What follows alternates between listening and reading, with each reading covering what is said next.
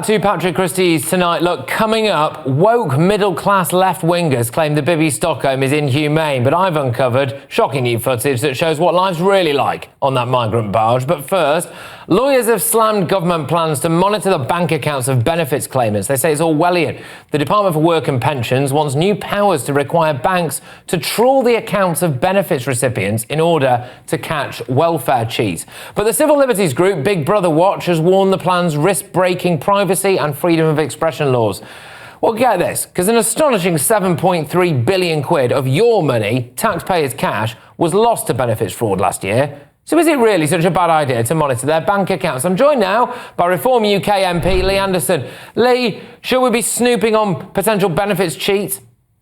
Well, there's always exceptions to it. Well, I say no to start off with, Patrick. There's always exceptions to the rule. I mean, if they'd been snooping on Angela Rayner's bank account over the past 10 years, they might have known where she actually lived. But seriously, the DWP make enough states in enough cock-ups of their own, and then they're saying they need to snoop on people's bank accounts. I'm sorry, get your own house in order.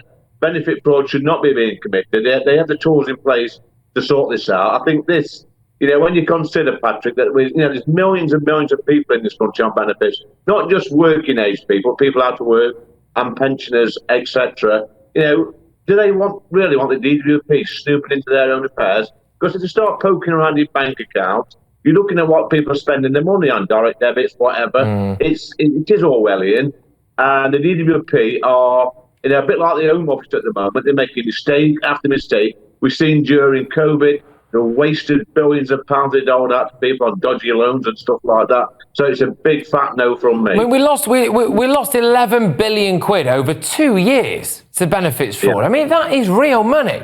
That's real hard-working people's money in the middle of a cost of living crisis. And I think we deserve an apology, don't we?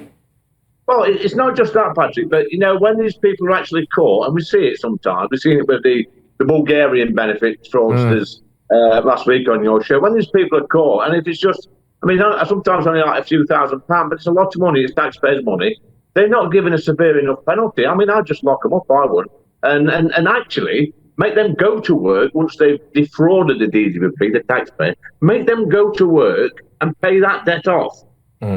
All right, well, look, I've got a right reply here from the Department for Work and Pensions. They've said Big Brother Watch's claims that DWP will use these measures to reveal information about people's movements, opinions and medical information are entirely false.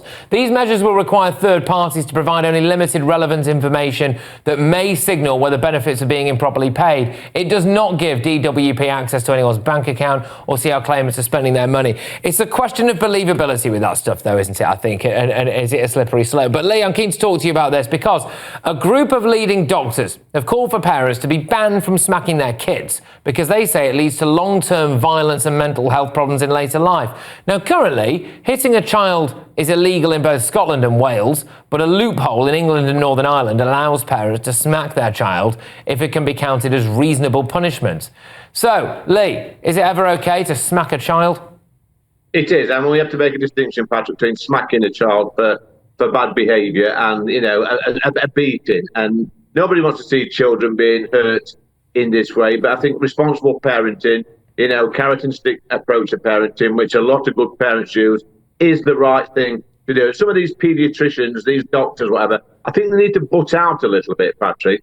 I see children going to school in my neck of the woods. We've got obese kids. We've got kids can't dress themselves. We've got kids can't go to the toilet when they start school at 4 or 5. We should be concentrating on the basics, making sure that our young children have got the basic skills to go through school. This is just nonsense. We're turning out down here in London now. We're seeing young men, predominantly young men. They're leaving school. They've had bad parenting, and they're turning to night crime. Were you smacked as a child? Yes, I was smacked, and my dad will be watching this now, and I look back fondly on my thrashings. No, seriously, I had the odd clip round the ear hole. And I tell you what, Patrick, I went to school at a time when our headmaster, he wore a three-piece pinstripe suit, stick under his arm at junior school, and if you won't be charged misbehave, you got a quick whack with a stick. Nowadays you turn up at school and it's some headmistress with pink tights, pink hair, and a stud through the nose wanting to hug everybody. It's nonsense. Well, there we go. Lee Anderson, no nonsense as ever. All right, you take care. All the best, Lee. I'll see you next